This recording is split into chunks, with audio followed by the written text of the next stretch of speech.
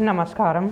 आज हम दिमाग को तंदुरुस्त और चुस्त रखने के लिए एक टॉनिक के बारे में बात करेंगे, जो कि आयुर्वेद के ग्रंथों का, हमारे ऋषियों का पुराना फार्मूला है। जैसे शरीर को तंदुरुस्त रखने के लिए, थोड़ा चुस्त दुरुस्त करने के लिए हम च्यवनप्राश खाते हैं, ठीक वैसे ही दिमाग की हेल्थ को ठीक रखने के लिए एक च्यवनप्राश आता है। उसको हम ब्रह्म रसायन कहते हैं।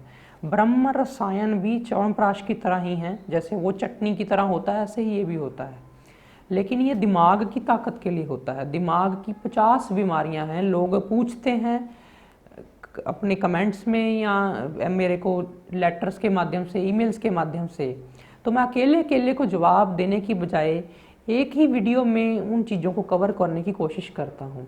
दिमाग से जुड़ी कितनी समस्याएं हैं, अगर हम बात करने पे आएँ तो चाहे डिप्रेशन ले लो, क्योंकि हालांकि मैं डिप्रेशन की ट्रीटमेंट बता चुका हूँ, पर उसके अलावा भी ये जो ब्रह्म रसायन है, डिप्रेशन वालों के लिए दवाई का काम नहीं करेगा, ये टॉनिक का काम करेगा। और स्ट्रेस जिनको ज़्यादा रहता है, जैसे मान लो काम करके स्ट्रेस आ गया, ज़्यादा थक जाते हैं, रात को टायर्ड से फील हो रहे हैं, दिमाग थक गया, क्योंकि कंप्यूटर पे बैठ के शरीर तो थकेगा नहीं, दिमाग ही थकेगा, तो ये उसमें भी काम आएगा ब्रह्म रसायन। और तो और जैसे अल्जाइमर की प्रॉब्लम हो जाती है, अल्जाइमर डिसीज़ जिसको बोलते हैं, बहुत दिक्कत है। इसकी दवाई भी आयुर्वेद में बहुत है, लेकिन एलोपैथ में इसका इलाज भी नहीं है। और भी ऐसी कई चीज़ें हैं, बीमारियां, जैसे डिमेंशिया नाम की बीमारी हो जाती है, जिसमें बुज़ुर्ग व्यक्ति, ज़्यादातर बुज़ुर्गों को होती है, चीज़ें भूल जाता है। मेरे पास कई लोग आते हैं, वो जवान हैं लेकिन जवानी में ही उनको चीज़ें भूलने लग जाती हैं।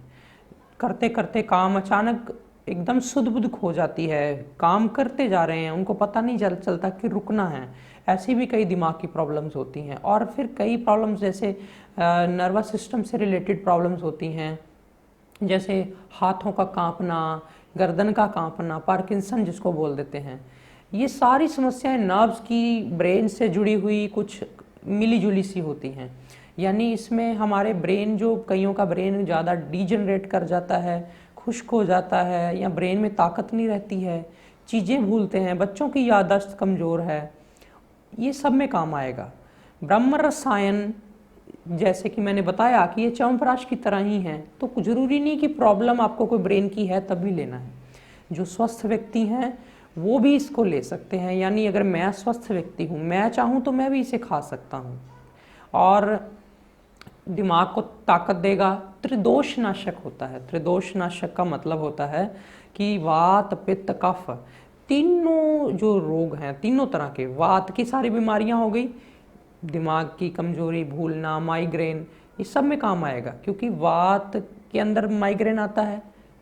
माइग्रेन में अब हालांकि कई लोगों कहते हैं कि माइग्रेन की प्रॉब्लम है, आपने जो दवाई बताई, हमें दूध से एलर्जी है, हम दूध पी नहीं सकते, तो ये ले लो, माइग्रेन में भी काम आ जाएगा।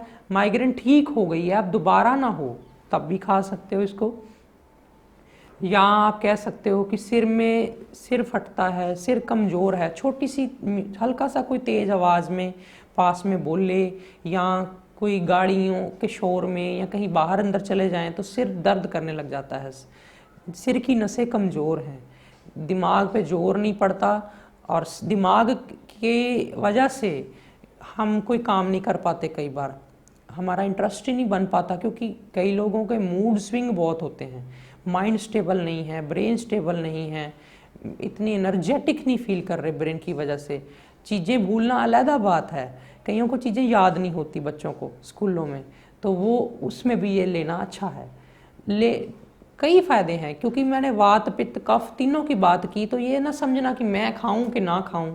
वात वाली बीमारियां भी आ गई, पित्त वाली भी आ गई, यानी ये गर्म भी नहीं है, ठंडा भी नहीं। आप ये ना सोचना कि भाई गर्म है कि ठंडा है, ये हमारे ऋषियों के फार्मूले हैं। उन्होंने इतने सटीक फार्मूले बनाए कि अगर इसमें 50 चीज़ें मान लो डलती हैं, चाहे वो आंवला है, चाहे वो घी है, शहद है, चंदन है, इलायची है, या जो कुछ भी डलेगा, हरड़ है, छोटी कटेरी, बड़ी कटेरी, बड़ा कुछ है। यानी जड़ी बूटियाँ, 50 जड़ी बूटियाँ थोड़ी नहीं होती, एक इंसान 50 जड़ी बूटियाँ सवेरे उठ के नहीं खा सकता। और अगर एक ब्रह्म रसायन लेता है बस, तो उसमें काम हो जाएगा। हाँ, इतना ज़रूर होता है कि इसमें ना मीठा थोड़ा सा रहता है, तो जिनको डायबिटीज़ वगैरह है उनको हम थोड़ा थोड़ा देते हैं, वो थोड़ा सा, वो भी अगर डायबिटीज़ अगर कंट्रोल में है तो, क्योंकि मीठा है इसमें, तो ज़्यादा नहीं देंगे उनको। बाकी सारे जो दूध पिलाती हैं माताएं बहनें बच्चों को, वो भी ले सकती हैं। हालांकि प्रेगनेंसी में नहीं देते हैं, क्योंकि ये चीज़ें फिर ज़्यादा जड़ी बूटियाँ वगैरह प्रेगनेंसी में नहीं दी जाती, तो इसलिए बाद में, डिलीवरी के बाद में ले सकते हैं ताकत के तौर पे। कई लोग पूछते हैं जी कितनी देर लें इसको, कैसे लें, ये बड़ी बातें हैं।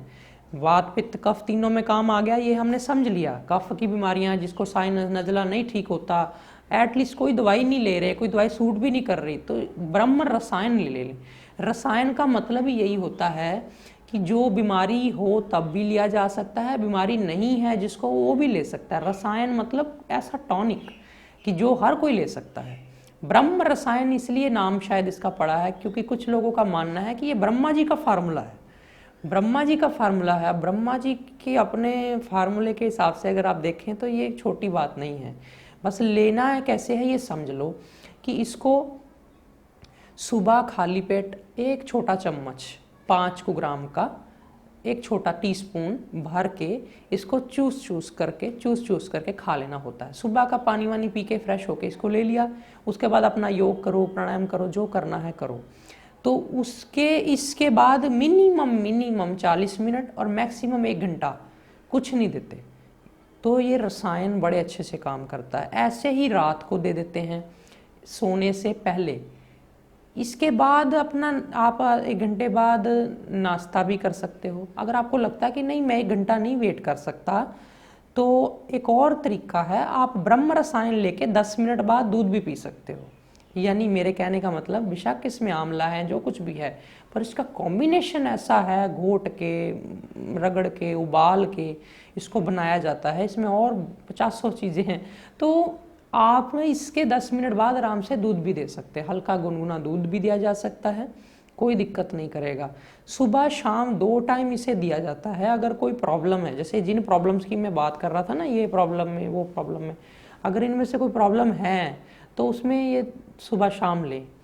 और अगर प्रॉब्लम नहीं है तो कोई एक टाइम ले लो, बेशक सुबह खाली पेट ले लो। अगर आप सुबह, आपका रूटीन है इतना भाग दौड़ वाला नहीं है, तो सुबह ले लो। अगर आपको लगता है नहीं मुझे सुबह उठते ऑफिस भागना, ये सब करना, नाश्ता करना, ऐसा रहता है, तो फिर रात को ले लो।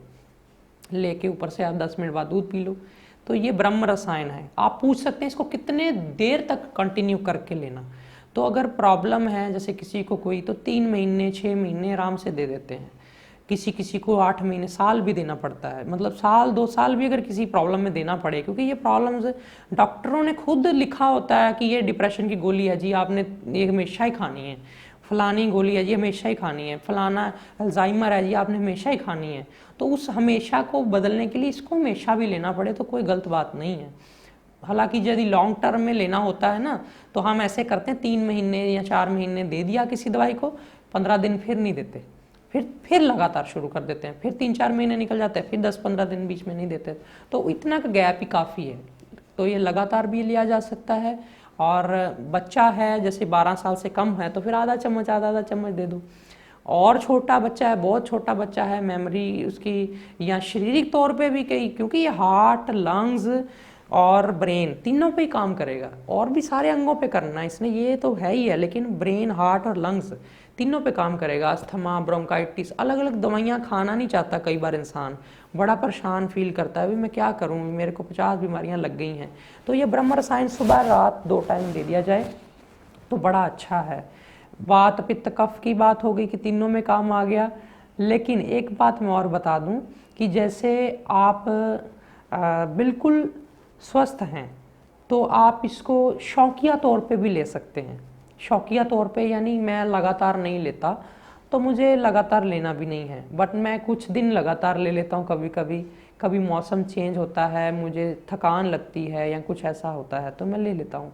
सर्दी गर्मी का इसमें कोई नहीं रोल है कि सर्दी में लें कि गर्मी में लें, क्योंकि ये ऐसी चीज़ बनी है 12 महीने और 2400 दिन, माने ये हर वक्त चल सकती है। कोई इसमें डर वाली बात नहीं है, कोई इसका साइड इफ़ेक्ट नहीं है फिर, क्योंकि कोई चीज़ लिमिट बताई है मैंने, 1 चम्मच बताया है, 1 चम्मच सुबह 1 चम्मच रात। अब आप उसको डबल ट्रिपल खाने लग जाएंगे कि मैं जल्दी से दिमाग तेज कर लूँ, फिर तो हर चीज़ का साइड इफ़ेक्ट होता ही है। बाकी फिर इसका कोई साइड इफ़ेक्ट नहीं है। फिर भी आप किसी चिकित्सक से परामर्श लेना चाहें, अपनी सलाह करना चाहें तो कर सकते हैं, क्योंकि इसमें थोड़ी मात्रा में मीठा होता है, ये मैंने पहले ही बता दिया, थोड़ा आंवला होता है। तो जिनको भी खट्टे से एलर्जी है या आंवले से एलर्जी है, मेरे ख्याल में इतनी जड़ी बूटियाँ और हैं इसमें, तो ये तो एलर्जी भी ठीक कर देगा। कईयों को छोटी छोटी चीज़ से ऐसे एलर्जी होती रहती है, एलर्जीज भी ठीक करेगा। लेकिन फिर भी चारों तरफ अगर खा के किसी को कोई आंवला खट्टी चीज़ नहीं सूट करती, तो वो एक बार खा के इसको चेक कर सकता है, उसमें कोई दिक्कत आए तो ठीक है, लेकिन बाकी सबके लिए ये सेफ है। तो ये था ब्रह्म रसायन, जिससे आपका दिमाग तरोताज़ा होगा, याददाश्त मजबूत होगी, भूलने की प्रॉब्लम्स और न्यूरोलॉजिकल प्रॉब्लम जैसे ट्राइजेमिनल न्यूरैल्जिया वगैरह, जिसमें नसें सूज जाती हैं, दर्द करती हैं, इस तरह की कई दिमागी प्रॉब्लम्स और शारीरिक प्रॉब्लम्स में, वात पित्त कफ तीनों तरह के रोगों में ये काम आता है। प्रयोग विधि मैंने बता दी, सावधानी कोई इतनी खास है नहीं। लेने के बाद दूध आप पूछ सकते हैं कि ज़रूर पीना ही होता है, मैं कहूँगा अगर आप पीते हैं दूध तो ये बहुत ही अच्छा है ऊपर से, क्योंकि ये फिर जा करके और ज़्यादा तर कर देगा शरीर को और ज़्यादा, क्योंकि ये धीरे धीरे असर करने वाली औषधियाँ और बड़े लंबे समय तक इनका असर रहता है शरीर पर। तो ये परमात्मा की दी हुई, हमारे ऋषियों की, हमारे बुज़ुर्गों की दी हुई ये, मैं कहूँगा कि ये दात है, हमारे लिए गिफ्ट है, ये गिफ्ट से कम नहीं है। ऐसी ऐसी औषधियाँ जिसका इलाज, जिन प्रॉब्लम्स का इलाज एलोपैथ में नहीं है, उनका इलाज इससे हो जाता है, ब्रह्म रसायन से। आज फिलहाल इतना ही, नमस्कारम।